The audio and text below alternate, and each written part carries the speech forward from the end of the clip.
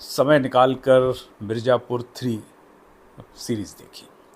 मैंने पिछली 2 सीरीज़ भी देखी हैं और मैं मिर्ज़ापुर का मुरीद रहा हूँ। बहुत सारी चीज़ें हैं, देखिए सब कुछ परफेक्ट नहीं होता। जो पिछले सीज़न आए हैं उसमें बहुत सारे जो आलोचनाएँ भी थीं, प्रशंसाएँ भी थीं, लेकिन ये जो वर्तमान दौर है जिसमें बॉलीवुड हमें जिस तरीके की फ़िल्में परोस रहा है, उसमें इस तरीके की सीरीज़, इस तरीके की श्रृंखलाएँ आना एक राहत की बात है। जैसे जो एस्टेब्लिश्ड एक्टर हैं, अब हम बात करें अपने पंकज त्रिपाठी जी की, तो उनकी एक तरीके से इस मिर्ज़ापुर 3 में मेहमान भूमिका है। वो केंद्र बिंदु में भी हैं और सबसे एक तरीके से जो लास्ट का एपिसोड है, उसमें आप उनकी जब परफॉर्मेंस देखेंगे तो आपको समझ में आ जाएगा कि पंकज त्रिपाठी होने का क्या मतलब है। बाकी पूरे शुरुआत के सारे एपिसोड्स में वो सांकेतिक रहे हैं, लेकिन वो बिना उनके वो सीरीज़ आगे चलती ही नहीं है। कालीन भैया के बिना मिर्ज़ापुर 3 का कोई अस्तित्व नहीं। हाँ, लेकिन कुछ नए कलाकार इस सीरीज़ में उभर कर आए हैं और ये OTT प्लेटफॉर्म ने यही किया है।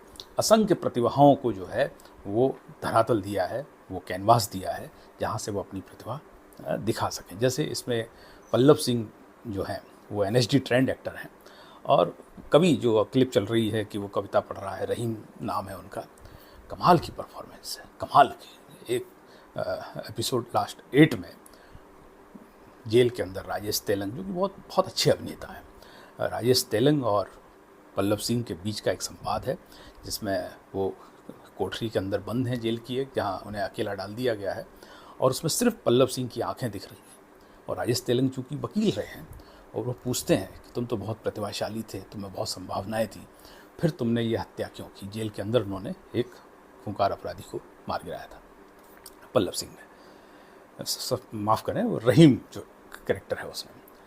तो वो दृश्य जो है जिसमें वो लिखा भी बहुत अच्छा गया है और इस तरीके के कई छोटे छोटे दृश्य हैं।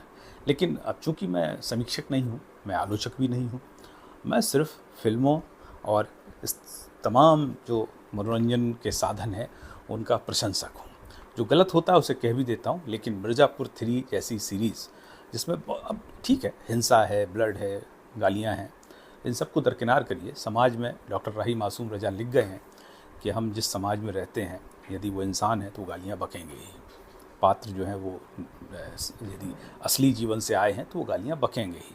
अब वो गालियाँ किसको दे रहे हैं? वो आपको थोड़ी दे रहे हैं, वो आपस में एक दूसरे को दे रहे हैं। सड़क पे एक दूसरे को लोग गालियाँ देते तो हम क्या जाके उनको टोकते हैं कि भाई साहब गाली क्यों दे रहे हो? सुनिए, निकल जाइए। जो आपको अच्छा लगे उस पर ताली बजाइए, जो ख़राब लगे, मौका लगे तो बोल दीजिए, नहीं तो ख़राब बोलने की ज़रूरत क्या है? दुनिया वैसे ही बहुत ख़राब हो रही है।